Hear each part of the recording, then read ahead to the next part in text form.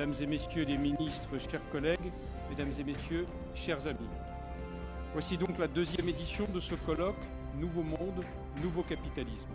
Merci à John Young, le plus jeune des intervenants de ce matin. Je vais céder la parole tout de suite, avec grand plaisir, au Premier ministre du Portugal, José Socrates. Je suis très honoré pour l'invitation de Monsieur le Président et le Ministre pour cette conférence. Monsieur le Premier ministre du Portugal, cher José, Mesdames et Messieurs les ministres, si la crise devait repartir,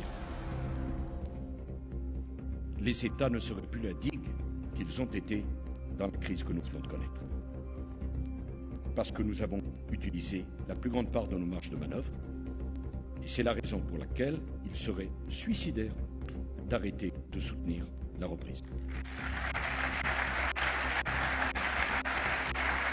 Our leaders of today, are you going to change the way that business is being done every single day? Il est ministre de l'économie et des finances en Serbie. Božidar Delić, vous avez la parole.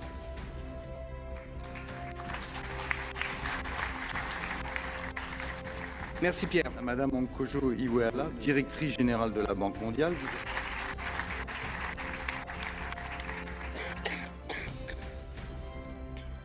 And that has brought us here this afternoon to talk about New World, New Governance. This is the time for now to change our way that we look at the world. Not only the way we look at it, not only the way we talk about we should change it, but the way we govern. Le prix Nobel d'économie 2001, M. Stiglitz, il a été membre puis président du Conseil des conseillers économiques dans l'administration Clinton. Vous avez la parole. It's very clear that the global crisis required a global response, but our global institutions, the institutions we had at the time, really weren't up to the task. Monsieur le Professeur Jeffrey Sachs.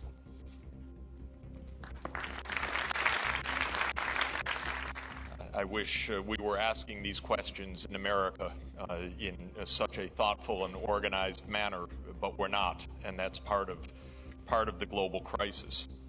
Notre prochain intervenant, John Young, j'ai eu l'occasion de le rencontrer, maintenant de lui parler à plusieurs reprises, est sénégalais d'origine, mais résolument américain.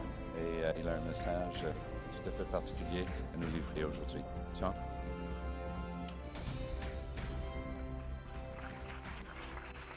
Well, today's my birthday, so I can do what I want. I don't have to be there. So, thank you. Well, we all talking about since yesterday, what is our vision of the world, or should we change our vision of the world after the crisis? I think the question already answered itself. Our vision is already changed. I think that's why we all left. I left America, and all of us here in this room. We're forced by this crisis economically to be here today to talk about should we change it. But we have crises that are more important, social crises, crises of values in this world that needs to be addressed by the leaders of the world. The young men and young women in the corners of the villages of the world who's worrying about what to eat tomorrow or tonight is not worrying about what's happening economically in here or in America. Our governments across the world has put forward policies that fail the world. That's why we're here today. In my generation, we already are thinking different. We are in the generation of internet. We have the global classroom. What I'm talking about today, right now, in 2 minutes, as soon as we leave, you're going to see it in YouTube or Vimeo or Facebook.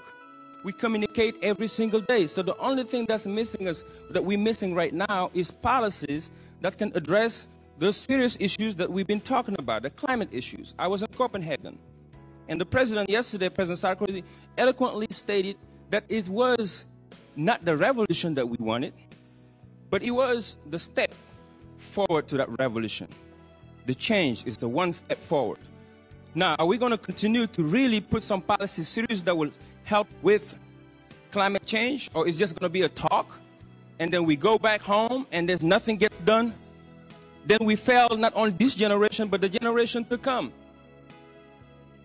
We can talk about everything that we want today, and we go back home after this conference. But if we don't prepare and invest in the future that we're talking about, the young people, we fail that generation again.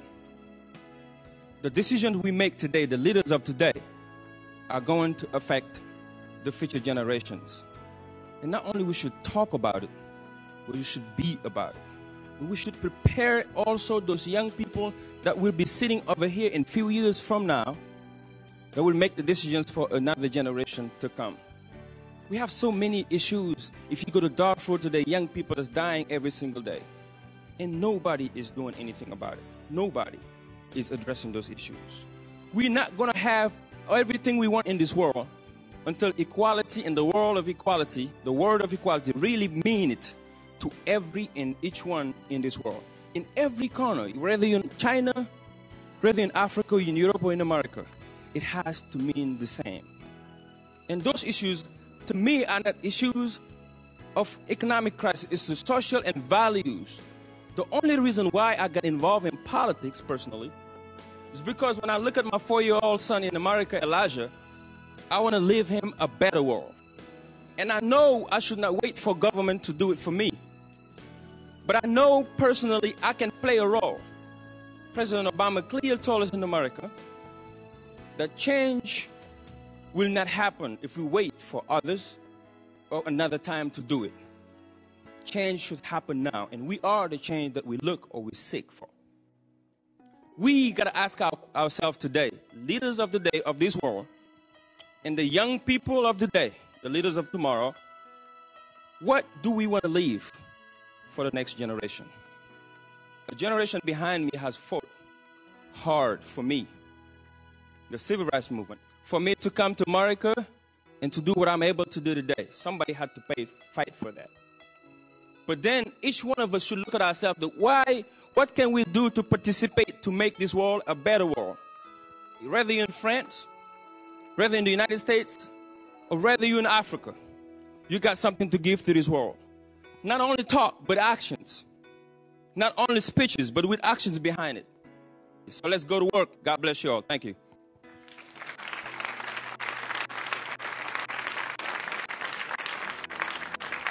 Merci beaucoup, Thion. On aura remarqué effectivement le thème d'équité intergénérationnelle entre le propos de Thion et la présentation de Jeffrey Sachs. En effet, si pour sortir de cette crise, il faut imprimer des milliers de milliards de dollars, la moins que l'on puisse faire, c'est de laisser quelque chose de pérenne aux générations futures en termes d'environnement, en termes de structure pour, par exemple, produire des énergies propres et renouvelables et pas les laisser seulement avec les dettes de nos erreurs. Alors, merci beaucoup pour ce message d'espoir, Thion. Notre ami Nyang le rappelait, pour les jeunes générations, il faut une révolution des esprits. Just say again that so much at stake that no one nation can really fix these problems. It's going to take participation of everybody. Again, not only the United States or one other country. No matter how big or powerful you are, you can't tackle all these issues.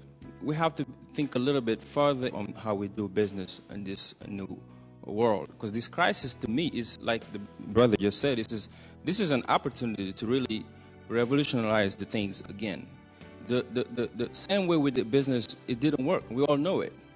Now you just got to tap into different ways of creating a different world that we all know that we need. So I think it's about time to pull those young people and prepare them. I'm speaking again for those young people, the generation gap. We have to get them involved into the process, into the decision-making process, because the world belongs to them, but that's really what we need. Thank you, John. Amartya Sen est professeur d'économie et de philosophie à l'Université Harvard. Il est aussi, comme vous le savez, prix Nobel de l'économie de 1998. Who are the we who are being asked to consider revising their vision of the world? La vérité, c'est que cette crise a montré qu'on entrait de nouveau dans l'ère du politique. En ce retour du politique, je pense qu'il nous place devant nos responsabilités nationales, nos responsabilités européennes et nos responsabilités mondiales. Thion, lui, a fini son show à l'américaine par un God bless you, typiquement américain. Je conclurai tout simplement par le fait que j'espère que la raison, la volonté, le volontarisme vont nous inspirer et nous assister. Merci beaucoup.